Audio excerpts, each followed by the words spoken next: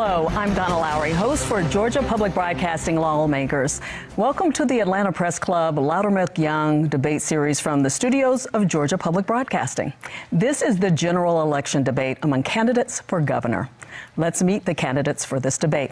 They are in alphabetical order. Stacey Abrams, a Democrat, is an attorney and former state legislator. Shane Hazel, a Libertarian, is a veteran and podcast host. Brian Kemp, a Republican, is the incumbent governor for the state of Georgia. Now let's meet our panelists. Jennifer Bellamy is an anchor for 11 Alive in Atlanta. Greg Bluestein is a political reporter for the Atlanta Journal-Constitution. And Chuck Williams is a reporter with WRBL in Columbus, Georgia. For complete rules on today's debate, please visit the Atlanta Press Club website, atlantapressclub.org/debates. To start the debate, each candidate will be asked 2 questions. Candidates have 60 seconds to answer each question. Chuck Williams, you get the first question of Stacey Abrams. Thank you, Donna. Ms. Abrams, public opinion polls in our state show support for the right to abortion, Medicaid expansion, and banning assault weapons. You are on the side of public opinion in each of these issues, yet you are behind in almost every poll. Why? First of all, thank you so much for having me, and I appreciate the opportunity to address the communities of Georgia. The reason people are on my side are because I'm on the right side of history and on the right side of the issues. But we also know that polls are a snapshot. The question is, who are they taking a picture of? When I'm going across this state, the people I'm talking to are excited about this election, but they also know that they're often left out of the conversation. Students who have found themselves struggling to finish college because they don't have access to financial aid. Families that are struggling to decide between food on their table and healthcare costs. Families facing rising prices. And everyone I've met is afraid of the gun violence and the rising violence in this state. I do not believe that I'm behind. I believe that I'm making the case for Georgia, the case for electing me as the next governor, because the current failures we have seen in this state are not only damning, they are disqualifying.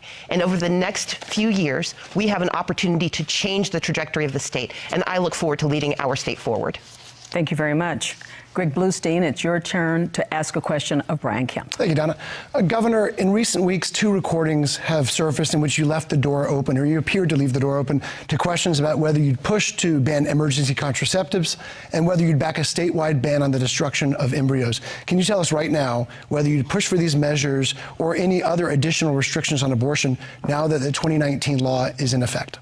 No, I would not. I mean, look, we were at many campaign events, people come up, secret recordings, couldn't completely understand the conversation that's going on, but no, that's not my desire to do that. Georgians should know that my desire is to continue to help them fight through 40-year high inflation and high gas prices and other things that our Georgia families are facing right now, quite honestly, because of bad policies in Washington, D.C.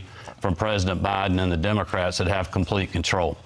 And thankfully, working with the Georgia General Assembly, we've been able to work to help give some relief to people despite what's happening in Washington, like giving a income tax credit back to our citizens, cutting taxes, also suspending the gas tax since March now, $800 million of relief for our hardworking citizens. So that is what my focus has been on, and it's what it will continue to be on. Thank you very much. Jennifer Bellamy, your question for Shane Hazel. Mr. Hazel, Georgia seems to be struggling right now in dealing with how to legally take on the issue of cannabis in the state. What do you think needs to be done here? How should Georgia address the issues surrounding marijuana? I guess a perfect question for a libertarian. We believe that cannabis is a plant that grows from earth naturally, and the hubris that the federal government has shown in making a Schedule I drug while also holding patents on it is one of those things where we find it somewhat laughable. And it is. It is a right of people. It is medicine. It is something that we can add to our industry here in Georgia and really displace a lot of what comes in from outside of Georgia. This is a huge win for Georgia. We have a great agricultural sector. We can grow 2 bumper crops of cannabis every year. The idea that it is still illegal and that Brian Kemp has talked about this and tweeted about it as it is a good thing when we make cannabis bust and cannabis bust only is a real sign that the government in Georgia is using it for the prison industrial complex, for the law enforcement complex, to go after communities that would like to see freedom in this area. So it's a right. That's how we see it as libertarians. All right. Thank you very much. You have a rebuttal? Yeah, I would just like to make sure people at home know that I have been doing exactly what I told them I would do when I was campaigning for governor, and now that I am your governor. We have been going after street gangs and drug cartels. So the things that we're tweeting out there is when our great men and women in law enforcement are making drug busts, not from recreational users and other things. But that's what my focus is on. All right. Thank you very much, gentlemen. Greg, please ask a question of Stacey Abrams. Yeah, Ms. Abrams, in 2018, you didn't concede defeat to Governor Kemp, and you talked to systemic problems with the state's election system. This election, do you commit to accept the outcome of the vote, regardless of what it shows? And do you stand by your use of words like rigged 4 years ago to describe the state's election system? In 2018, I began my speech on November 16th acknowledging that Governor Kemp had won the election. I then proceeded to lay out in grave detail the challenges faced by voters under his leadership as Secretary of State, including the 10+2 who were arrested in Quitman, Georgia, because they had the temerity to use absentee ballots. I told the story of students who were denied access to the right to vote, even though they had duly registered. 80,000 complaints had come in by that day, and it took 4 years of federal investigation in a lawsuit that was the longest running voting rights lawsuit in the state's in recent history that proved us right. Now, we didn't win every single claim, but we forced massive changes to the election laws. And unfortunately, Brian Kemp and Brad Raffensperger have decided to restore their greatest hits. Just today, a homeless woman was denied the right to vote in Forsyth County because she did not receive a provisional ballot because she had been challenged.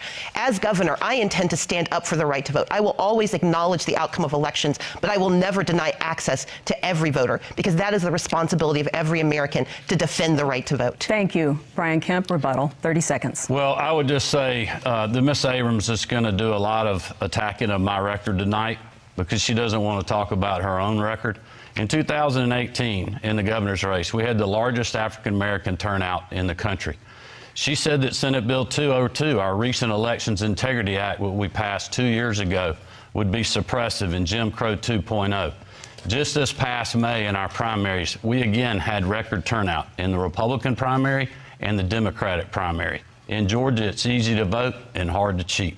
And I'd like to add just a second here, as the libertarian. 30 seconds for you. Although you will push for people to have access to going to the polls and voting, you're not pushing ballot access. This is a huge oppression for people like the third parties, the people that want to get their people on the ballot. We have, I think, 20% Democrats, 20% Republicans in the state of Georgia. That leaves 60% of people in Georgia unrepresented by ballot access laws that both of them support. 30 seconds, Ms. Abrams. Actually, to correct Mr. Hazel, I co-sponsored legislation to expand ballot access because I agree with you that third parties should have better access to the right to vote in the state of Georgia. I co-sponsored it with one of our independents in the state legislature. But let's be clear about ballot access and voter access. Brian Kemp was the Secretary of State, and he has assiduously denied access to the right to vote.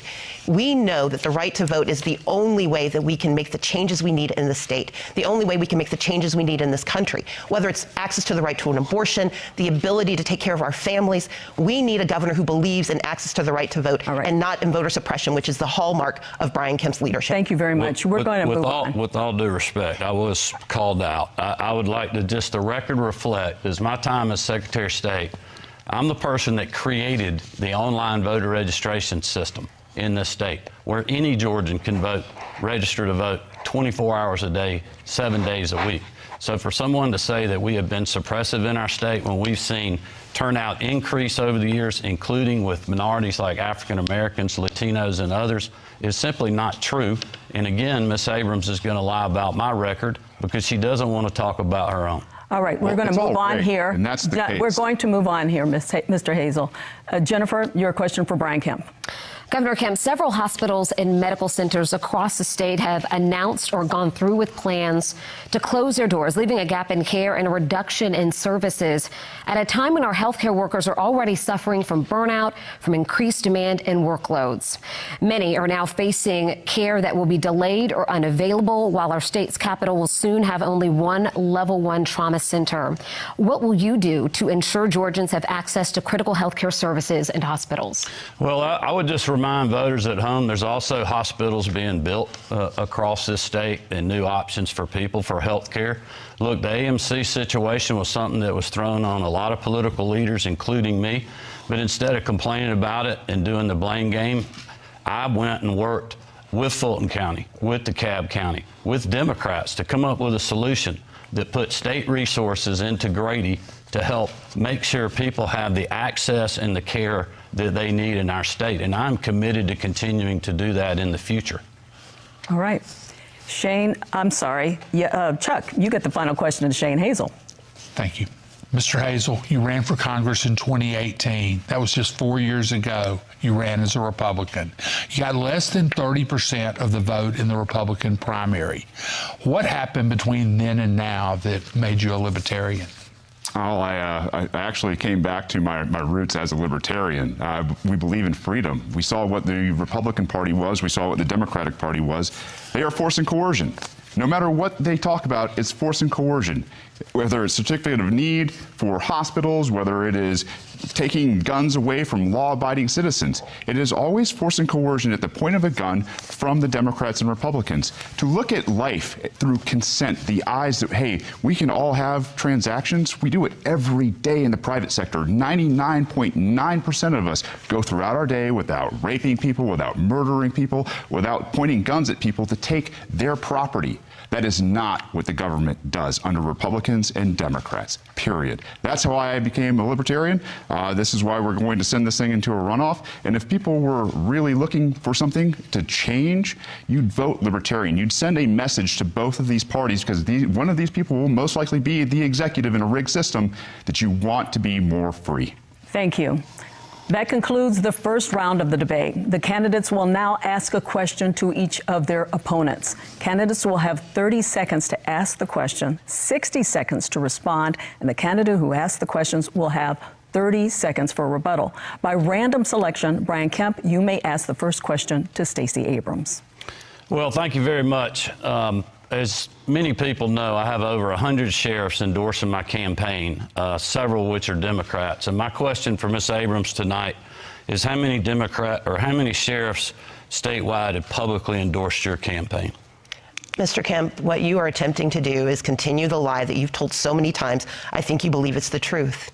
I support law enforcement and did so for 11 years, worked closely with the Sheriff's Association. I'm probably the only person standing here who's ever actually written a SOP for a police department when I was working for the city of Atlanta.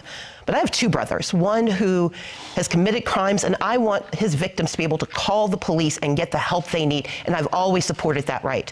But I have another brother who has faced being pulled over for driving while black when he was coming back from his job as a social worker. Unlike you, I don't have the luxury of relying on slogans to describe my position on public safety. I believe that we need safety and justice because I love both of my brothers. And like most Georgians, I lead a complicated life where we need access to help, but we also need to know that we are safe from racial violence. While you may not have had that experience, too many people I know have, and that is why I will always stand up for making certain that safety and justice are the conversations we're having in Georgia and the delivery we have as the next governor of Georgia. Thank you. 30 seconds, Mr. Kemp. Well, I would just tell people that, look, I support safety and justice, but Ms. Abrams refused to answer the question, so I'll let you know that the answer is 0. No sheriffs are endorsing her statewide because of her stances on wanting to defund the police, eliminate cash bail, and serving on the boards of organizations like the Margaret Casey Foundation that supports and gives grants to organizations that are promoting the defund the police movement. If I may respond, because he actually lied there. Yes, 30 I do have seconds. the support of sheriffs, but unlike Mr. Kemp, I do not make it my plan to list every person who supports me. I have the support of sheriffs, I have the support of advocates, I have the support of victims, I have the support of those who want to be treated fairly in our system. I have to have conversations with the entirety of Georgia. I don't have the luxury of being a part of a good old boys club where we don't focus on the needs of our people. And that is why my mission has been to put out very concrete plans explaining how I will serve justice, how I will serve safety, and how I will serve the citizens of the state of Georgia. 30 seconds, Brian Kemp. Well, look, I would just tell people, I know Miss Abrams is upset and mad because these are things that she said. This is not me making this up. This is things that she said in interviews that she's done, and she's sitting on organizations that you can go look at the facts yourself. And that's why the men and women in law enforcement want a governor that is going to stand with them, who has been with them, not only to have their back, but also stand shoulder to shoulder on things like civil unrest and going after street gangs and human traffickers. Thank you very much. Stacey Abrams, you get the next question for Shane Hazel. Mr. Hazel, Republicans and Democrats have raised the alarm over the rise in the Chinese Communist Party-backed companies purchasing American farmland. To date, they've purchased more than 1 million acres of farmland in the state of Georgia. Would you agree with Mike Pompeo that allowing those purchases in the state of Georgia is a sign of madness? And would you be concerned about the national security implications of the Chinese Communist Party purchasing this land with the support of the state of Georgia? I see the setup for this question. I understand why it was projected at me. As libertarians, we believe that you own your property and that the state can't take it away from you and can't sell it or can't determine who you sell it to. The CCP, obviously, which is going through its own internal unrest right now, I believe is probably purchasing this with things like central bank digital dollars and yuan, which are also coming down to a critical nature where people are in uprising in China. What we need to look at is how these purchases are being made. Are we accepting fiat, CCP yuan in Georgia as an actual currency? It's about as good as the U.S. currency, the fiat currency that we're about to have hoisted on us in terms of a CBDC. I'm not going to tell you or anybody else as governor how or who to sell your property to. And I imagine that in the end, the free market will work itself out. Thank you. Stacey Abrams, 30 seconds. The state of Georgia is watching our farmland be purchased by the Chinese Communist Party. And while that is not normally a conversation that we have, it is something that we should be concerned about. Agriculture is our #1 industry, and Georgia has 13 military installations. The fact that the state of Georgia is working with the Chinese Communist Party, using one of their technologies that both Donald Trump and Joe Biden have warned is very much a national security threat, should be of great concern to every Georgian. This is not about being concerned simply about who's owning the land, but it's about how much access to our information they have because of that state. Thank you. Shane Hazel, you may ask your question of Stacey Abrams. Yeah, I'd agree with you. The military-industrial complex is a big problem. It is. And the fact that we have people trying to come here to, I don't know, get a backdoor into our military, I think one of the things we should be talking about as Georgians and as executives is the Defend the Guard Act, where our military has been used very, I don't know, haphazardly around the world to go and take resources from the Middle East, or now in Ukraine. Mr. Hazel, your question. This is my question to who? To Stacey Abrams. Oh, we've already switched gears. Yes. My question to you, I'm sorry. It's okay. I have hearing problems, guys. My question to you is, I mentioned CBDCs. As the executive of Georgia, when we come into a CBDC from the Federal Reserve, will you, as the executive, accept the CCCP-style currency? I believe that the conversation about currency is a complicated one, and part of the challenge we have is how this currency is transmitted, the very real security threats with digital currency, the hacking and mining of that digital currency should concern all Georgians. As the governor of Georgia, I will work very closely with the Federal Reserve, but also with the innovators and the entrepreneurs who do see an opportunity.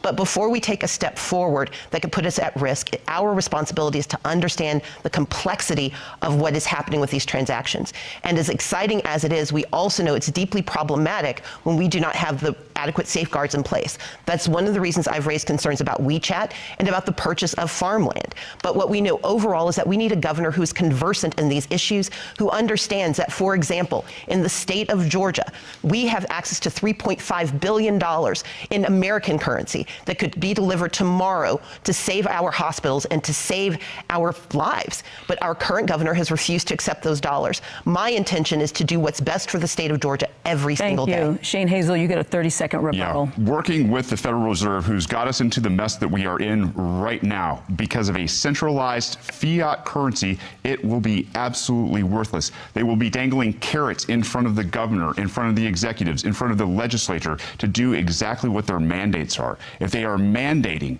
that they take the property of people, then they will do it. If they want to invade your homes, your privacy, your businesses, they will do it because of CBDCs. All right. Stacey Abrams, please ask your question to Brian Kemp. Absolutely. Mr. Kemp, under your leadership, there is currently a 100-year gap between minority-owned businesses and majority-owned businesses.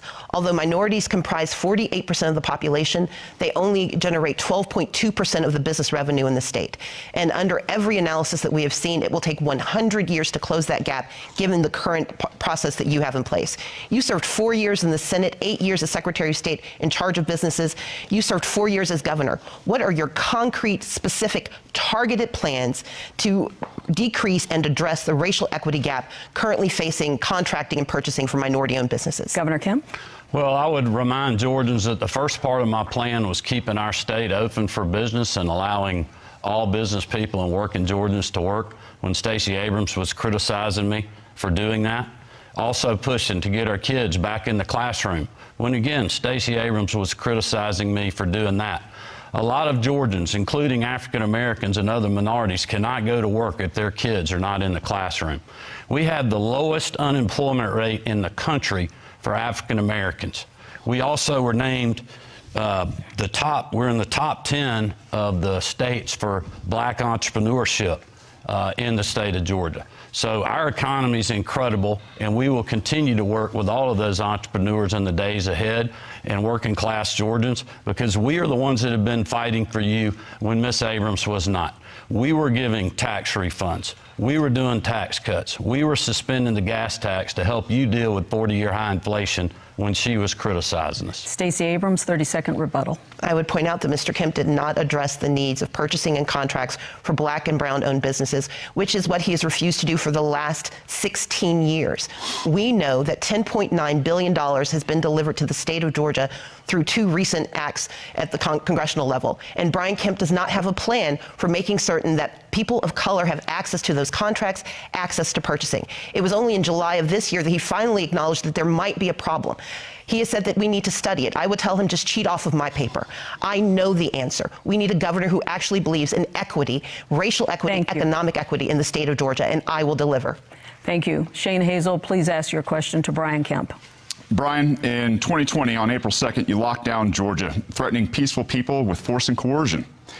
You called people in Georgia non-essential, and it killed millions of jobs. You bent the knee to Big Pharma and pushed a vaccine that was untested on people, and it has killed people. They have lost their loved ones. You've allowed bureaucracy to invade our businesses, and then you had the audacity to brag about record tax revenue. You want to say sorry to anybody? So is that a question, or? That is a question. Do you want to say sorry to anybody? Well, look, I'll be glad to talk about my record, because obviously Mr. Hazel is gravely mistaken. If you look at the executive orders that I signed, we said every business in Georgia was essential. There was a few that we asked to help us stop the spread, flatten the curve, build PPE supplies and hospital bed capacities, because unlike him, I was getting the calls from hospitals saying, hey, we are out of surgical gowns, we're out of masks, we need ventilators. And we were literally working 24/7 to supply those items while also keeping our economy open in this state.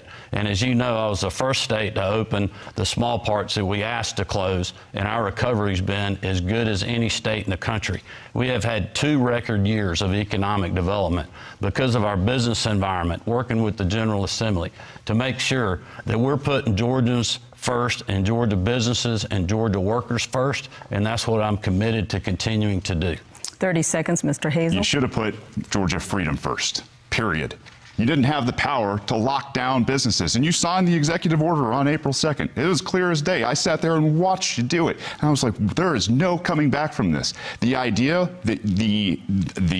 I guess the default was to lock down Georgia instead of trusting Georgians with their freedom to adapt in a time of very changing circumstances, I think is a tyrant move, and I think the left and right are fascists and communist socialists, whereas we're talking about real liberty, trusting Georgians with those decisions. Thank you, Mr. Hazel. Brian Kemp, you have the final question in this round for Shane Hazel. Well, I would just ask Mr. Hazel if he supports the things that we have done because we were open and Georgians were working and we've had excess revenue. So instead of doing big government... That's our tax money. Okay. Yeah, no, I don't support it because Your here's the thing is when we get to that point, when we talk about what you're doing. Ask my finish your question. Please go ahead. I would just say, do you support the tax cuts we've done, returning $1 billion of taxpayer money and suspending the gas tax for Georgians to help fight through 40-year high inflation and bad domestic energy policy? Georgia, I hope you hear me when I say libertarians think taxation is theft. It's your money. It's your property. Yeah. You should be able to determine what you do with it. I don't support the fact that you haven't ended qualified immunity. I don't support the fact that you haven't ended civil asset forfeiture. I don't support the fact that you haven't ended the drug war. You haven't ended nonviolent crime. You haven't ended cash bail. You haven't ended no-knock raids. You haven't implemented community review boards. And you haven't banned blacked-out cop cars that go after people for more money. It's ridiculous. De-escalation by the executive to leave peaceful people alone in the state of Georgia. That's my message to both of you, to everybody in the state who wears a badge. Stop going after peaceful people. Mr. Kemp, 30-second rebuttal. Well, that's simply not true. As Georgians know, I have followed the laws and the Constitution of this state. And I ran on going after criminal street gangs because I knew there was an issue in our state when other people wouldn't even talk about it and the media wouldn't acknowledge it. And you look at the amount of fentanyl that's coming across the southern border because of bad border policies from this administration. Every governor in the country is having to deal with that. So yes, I'm going to go after bad people that are selling bad drugs and killing our children and our other citizens. The free market way to do that would be to allow cannabis and psilocybin to handle the mental health issues. Okay, well, I wasn't talking about cannabis. I was talking about deadly fentanyl. Stop busting them then. Gentlemen, we're going to move on. That concludes our second round. For those just joining us, this is the general election debate between candidates for governor. We will now go back to the panel to ask questions to the candidate of their choice until we run out of time. As a point of moderator privilege, I may also ask questions of the candidates, and I will determine when a rebuttal is appropriate. And I'm going to use that moderator privilege right away to ask some education questions. Mr. Kemp, if reelected, you've said you'll push for $65 million dedicated to fighting pandemic learning loss, hiring more counselors, and recruiting teachers to fill shortages. How do you respond to those who say you should have prioritized those academic-related issues over laws dealing with divisive concepts, parental laws, and obscene books in the past legislative session?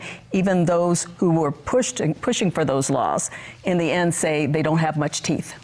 Well, look, we have been pushing for those things. You can talk to school superintendents around the state. We have worked with them really over the last year and a half, 2 years on learning loss. We've been working with our superintendents and other education groups. We passed 2 different pieces of legislation dealing with the teacher pipeline, which is getting more teachers into the system.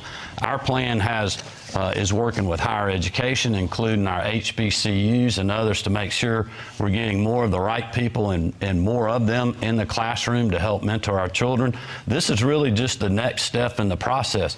We are funding K through 12 education in this state more than we ever have per pupil, ever. And that's coming off a recession during the middle of a global pandemic.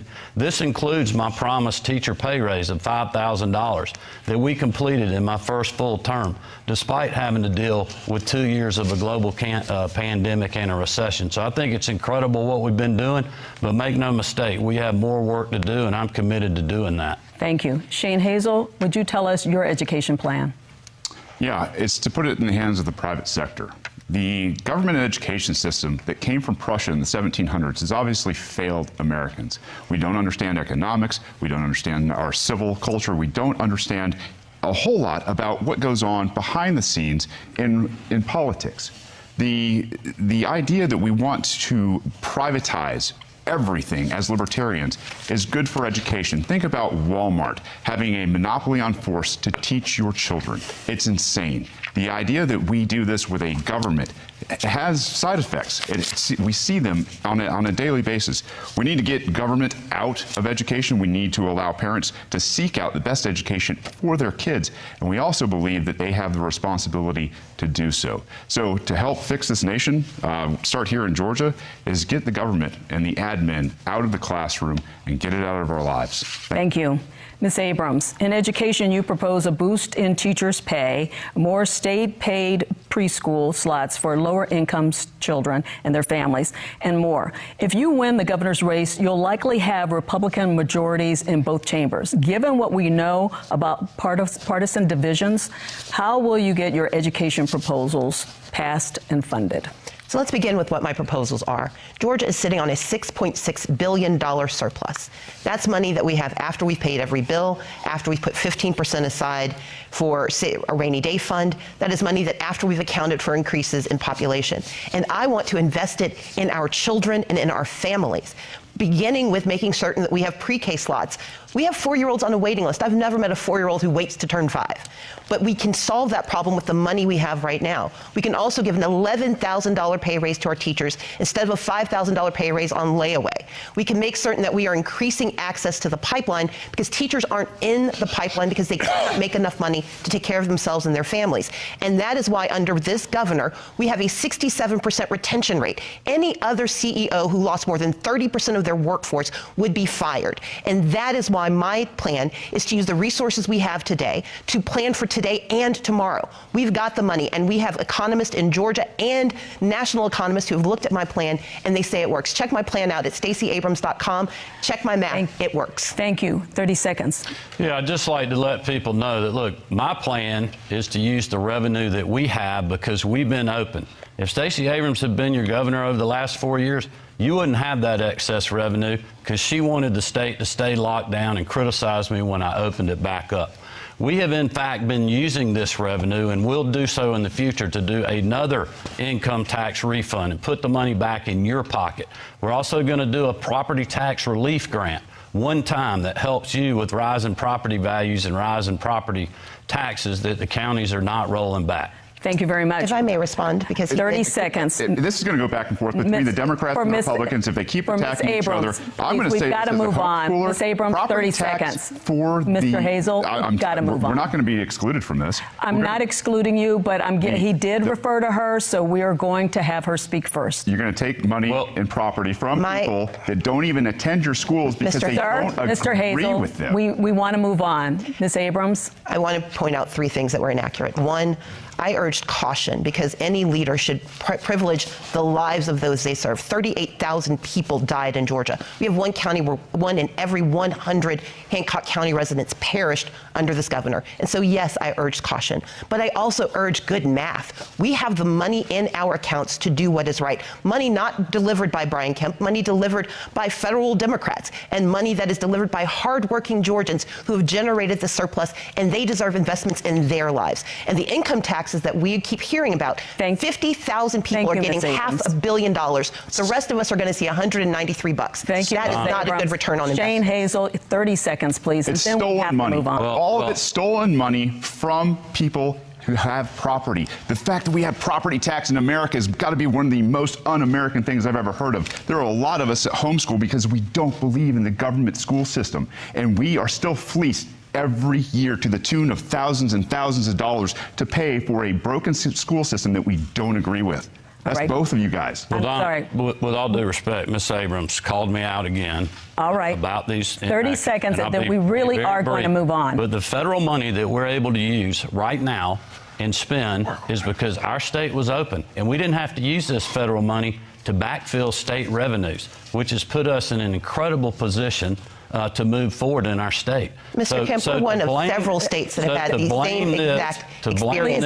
It is disingenuous. to claim and not having a done this on your own. conversation. We're going to move on. It's the people's money. We're going to move on, gentlemen, and Ms. Abrams.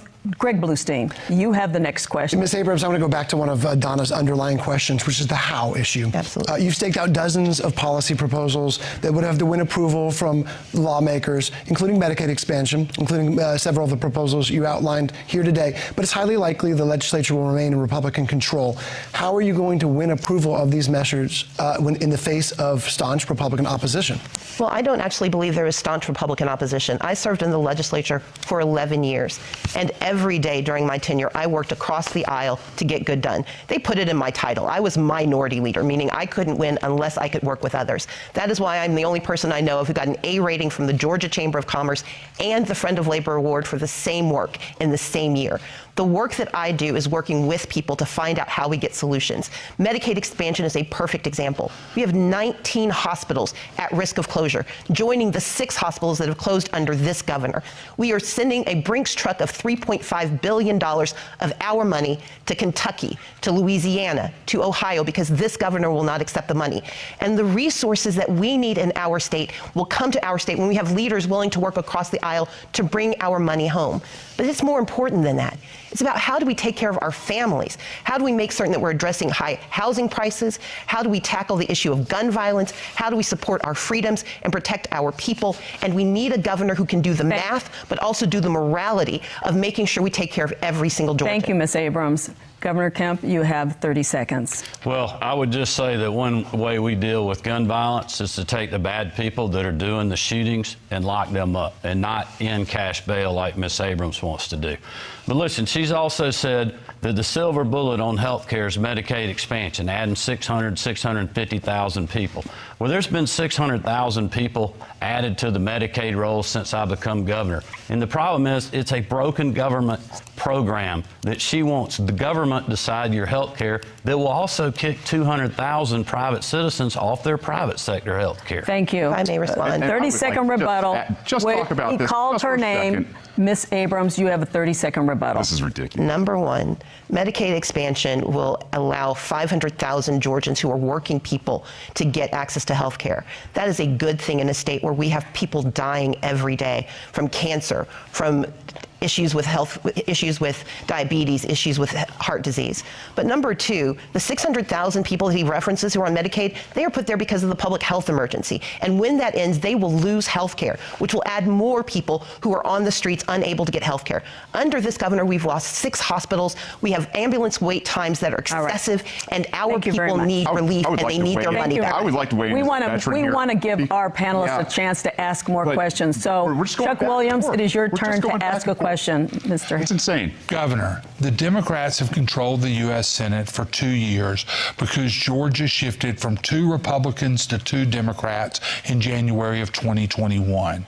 One of those seats was held by Kelly Loeffler, a person you appointed to that post. She then lost to Senator Warnock. Do you wish you had made a different choice when you selected Kelly Loeffler? Well, no, not at all. I mean, I was excited about her candidacy. I know she worked extremely hard. It was a very challenging environment in 2020. And I think it goes to the point that in 2020, watching that election, I learned a lot of lessons. You know, a lot of the things that we haven't been doing with the ground game from a political perspective, we are now doing. Making sure that when we're campaigning, that we're making sure what we know the differences are with the candidates, but also we got to be for something. And what I'm for is doing another $1 billion tax rebate, for doing property tax relief grants, for continuing to strengthen rural Georgia and run rural broadband like we have been doing, that we started this program long before the pandemic hit. Doing economic development projects where 74% of the investment of over $30 billion over the last 2 record years is going to rural Georgia. Over half the 80,000 jobs that are going with those projects outside the 10 metro counties in rural Georgia, and I'm committed to doing that in the future. Mr. Hazel, if you would like to have 30 seconds, you may. Thank you very much. The state of Georgia needs a governor who understands econ. The $200 trillion of unfunded liability in this country, as a veteran, understanding that we have a veterans health care system that is in shambles. They treat you as a liability, and they will throw pills at you every chance they get. They won't actually address your health.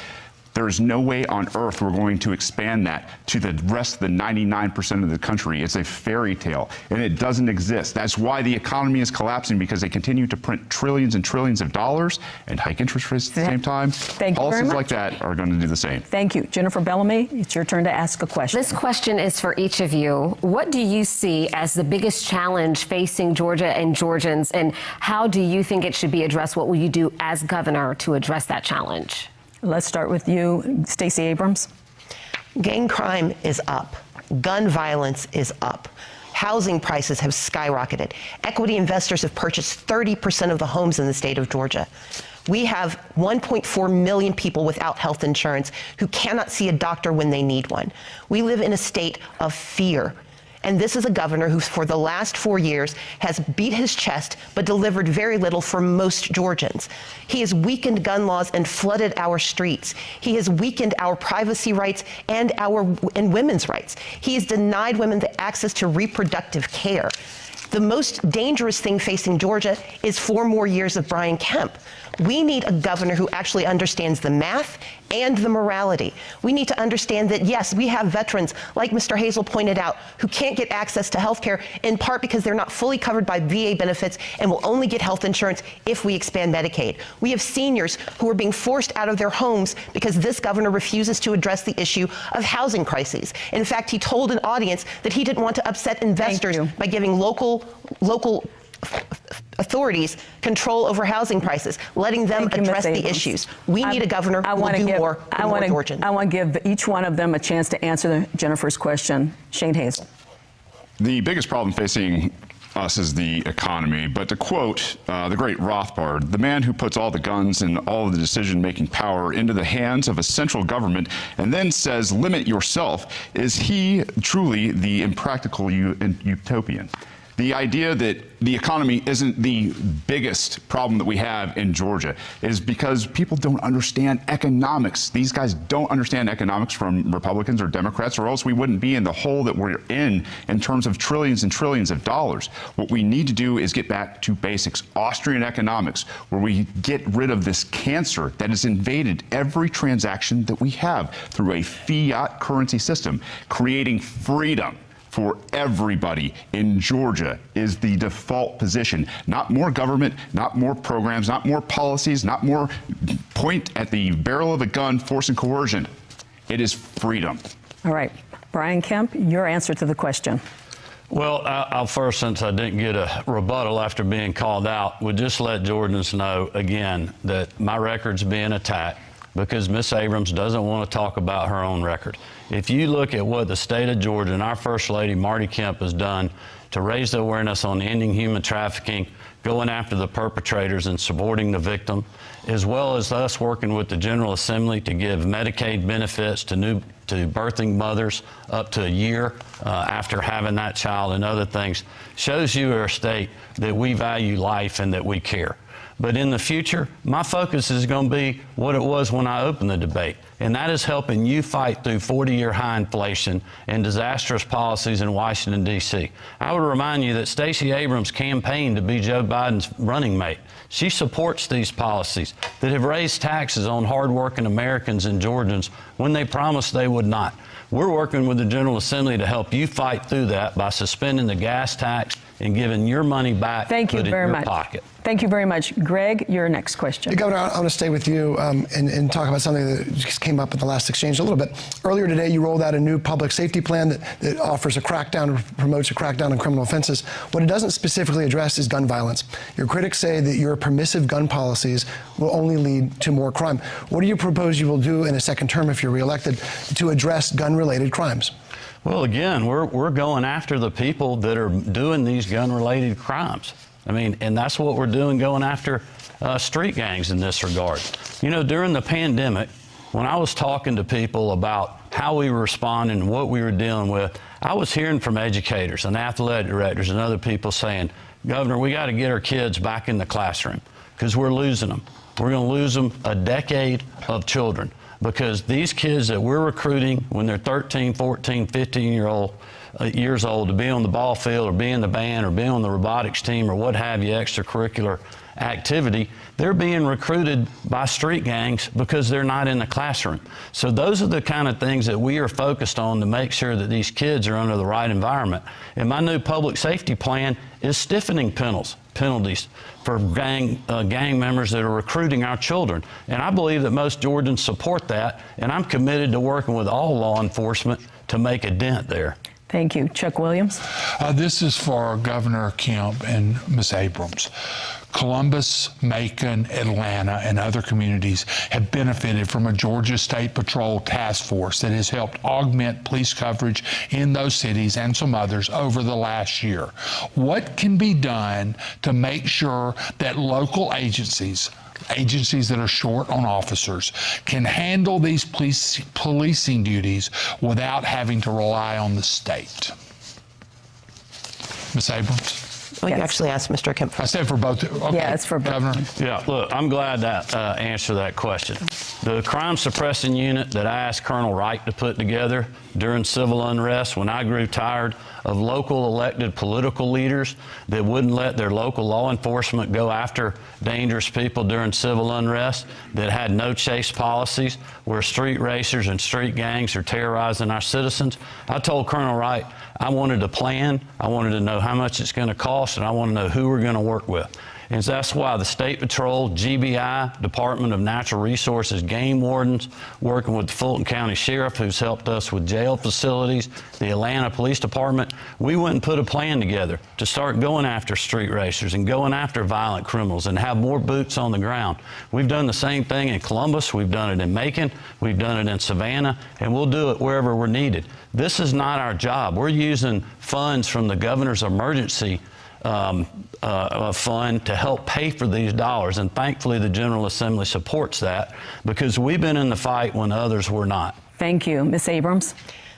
Street gangs did not shoot 6 Asian women going into a gun store, getting a weapon, and murdering women in less than an hour. Street gangs aren't the reason people are getting shot in grocery stores and in parking lots and at schools. Street gangs are one part of the problem, but we have a governor who has weakened gun laws across this state, flooded our streets with guns by letting dangerous people get access to those weapons.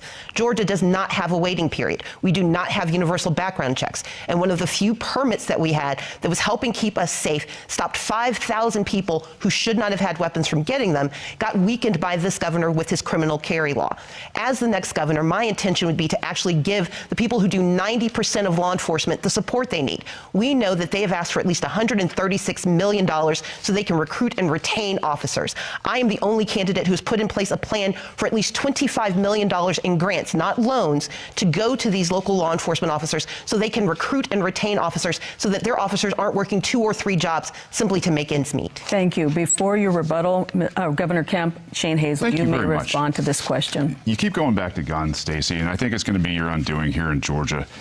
Georgia, we're going to have less and less gun laws, whether it's under Republicans or Libertarians. Libertarians don't believe in any gun laws. We believe that you know how to best protect you and your property. And the biggest mass murderer in history is government. It's not private citizens. Most private citizens, like I said before, go throughout their day without doing any harm to anybody. However, the people in the government with all of the guns still go after people with a badge when they shouldn't have to. In Holly Springs, Georgia, I introduced the Helios Initiative, where we got rid of civil asset forfeiture.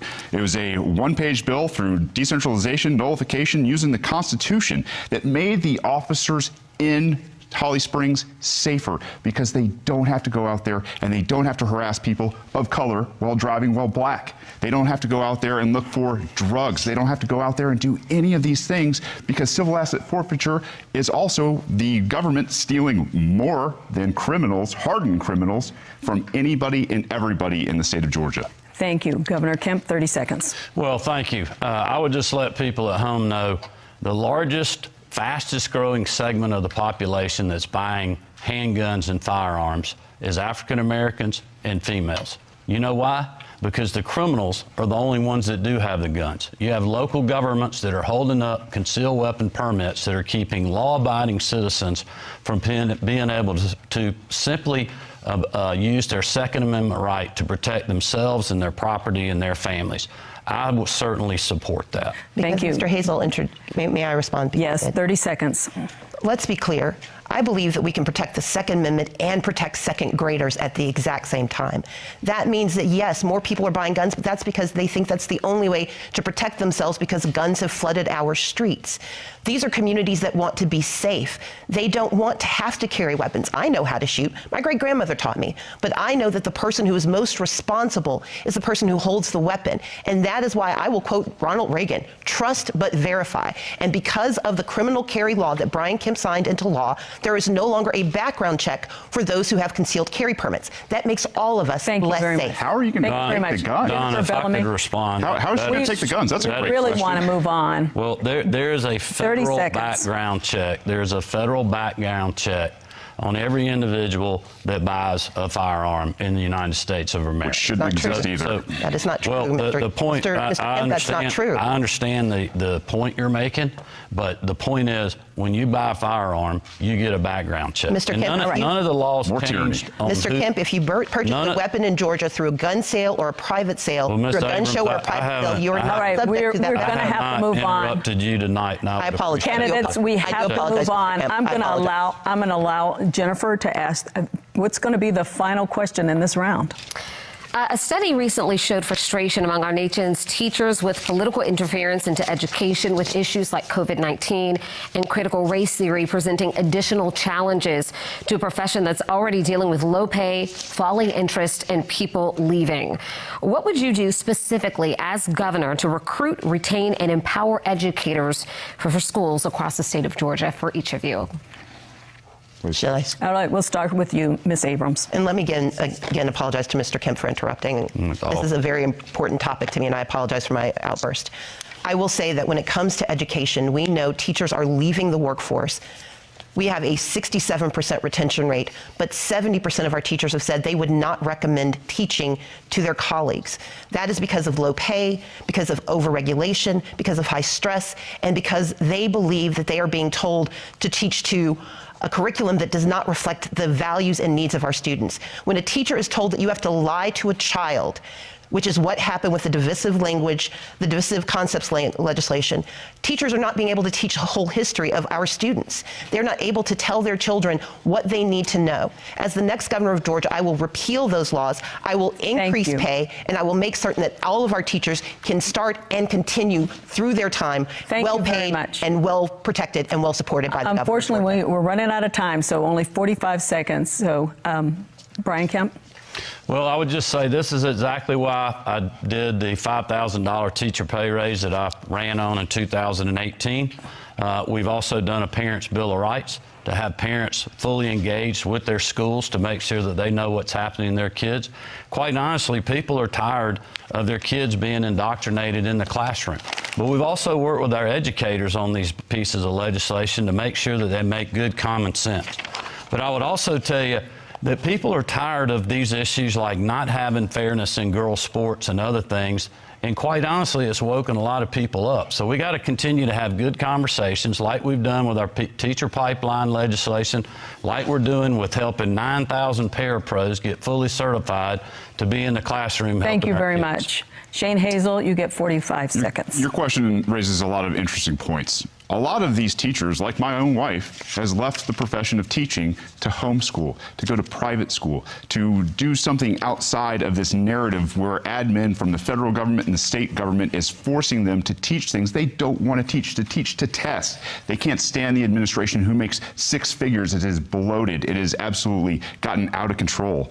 We need to nullify property tax. We need to let people get out of the system. We need to allow the private sector to work, because before education was put under the thumb of government here, we had some of the brightest, most well-read people in the entire world, and that's what we need to bring back. All right, thank you very much. We are running out of time, so that is all the time we have for questions. Each candidate will now have only 40 seconds for a closing statement. And Brian Kemp, you get the first closing statement.